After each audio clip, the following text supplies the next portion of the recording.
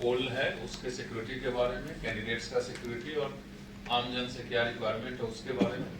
जैसा बताया गया था, धनबाद नगर निगम एवं चिरकुंडा नगर परिषद, धनबाद नगर निगम में कुल 974 बूथ है जो 468 बिल्डिंग में फैला हुआ है, 468 भवन में, और चिरकुंडा में कुल 42 बूथ है जो 32 भवन में फैला हुआ है। तो इस प्रकार दोनों जगह मिला करके कुल 500 भवन में 1016 बूथ है 500 भवन में, उसमें से sensitive, highly sensitive and normal, इस तीन कैटेगरी में हम लोग सभी PSL जो भवन है उसको कैटेगराइज किए हैं।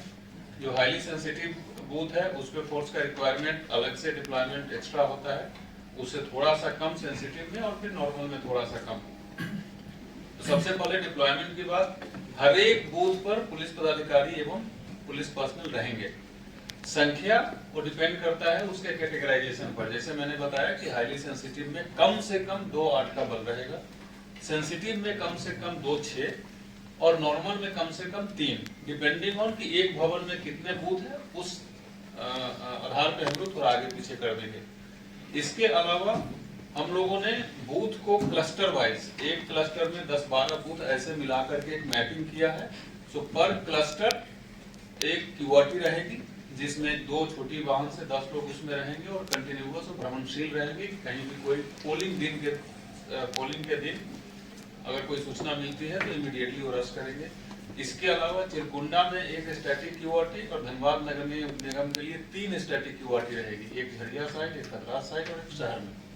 इसके अलावा जितने वरीय पदाधिकारी हैं जिला में, वो DC साहब से लेकर के और प्रत्येक DSP साहब तक, DC साहब, DDC साहब, SDO साहब और जो वरीय पदाधिकारी चुनाव में लगेंगे, सभी के पास एक रशिंग पार्टी दी जाएगी पुलिस पर्सनल का, जिसमें एक छोटी गाड़ी में कम से कम 1 अधिकारी और 4 कांस्टेबल रहेंगे। सो अगर वरीय पदाधिकारी कहीं घूमते हैं तो उनके साथ वो रहेंगे। ये चुनाव के दिन की तैयारी है और अभी जैसा DC साहब भी बता रहे थे कि SST FST का गठन हो गया है, वो फुल्ली फंक्शनल है तीनों शिफ्ट में, और उसमें पुलिस पदाधिकारी भी मजिस्ट्रेट के साथ होंगे।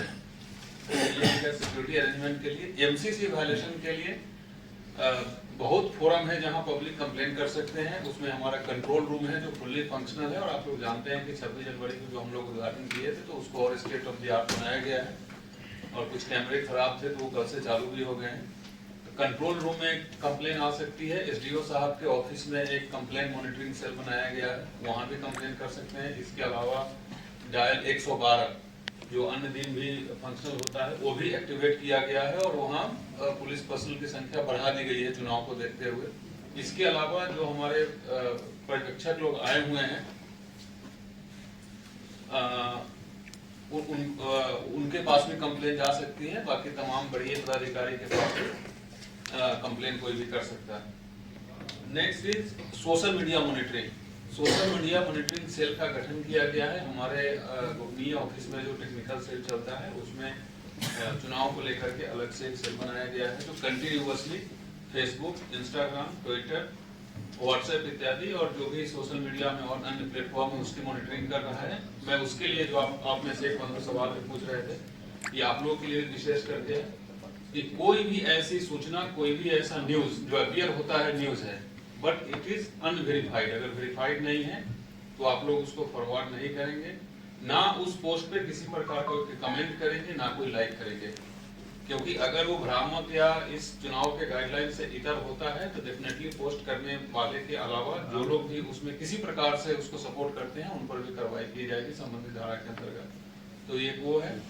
और न्यूज में भी जो कंटेंट की बात कर रहे थे, ऑफकोर्स कंटेंट के लिए आप लोग स्वतंत्र है, उस पर किसी प्रकार की कोई बंदिश नहीं है, बट उसमें एक ही ये रिक्वायरमेंट है कि ऑफकोर्स फेक नहीं होनी चाहिए और र्यूमर मॉन्गरिंग नहीं होनी चाहिए, और पेड न्यूज का गाइडलाइंस आप लोग मेरे से बेहतर जानते ही हैं। तो कंटेंट में हमेशा ये ध्यान रखना है कि जैसा आप लोग करते हैं निष्पक्ष और वो होकर के वो रहे। खास करके एडमिनिस्ट्रेशन के लिए, पुलिस के लिए ये ध्यान देना है कि कोई भी ऐसा पोस्ट हो या न्यूज हो, अगर वो कम्युनल हार्मोनी को डिस्टर्ब करता है, लॉ एंड ऑर्डर को डिस्टर्ब करता है या किसी रूप से भ्रामक है या बायस्ड है, तो डेफिनेटली उस पर 100% कार्रवाई होगी। उस पर किसी प्रकार की कोई हम लोगों के पास गुंजाइश ही नहीं है उसको कार्रवाई नहीं करने का। जो चुनाव में आमतौर पर आप लोग जानते हैं जो फ्रीबीज मटते हैं,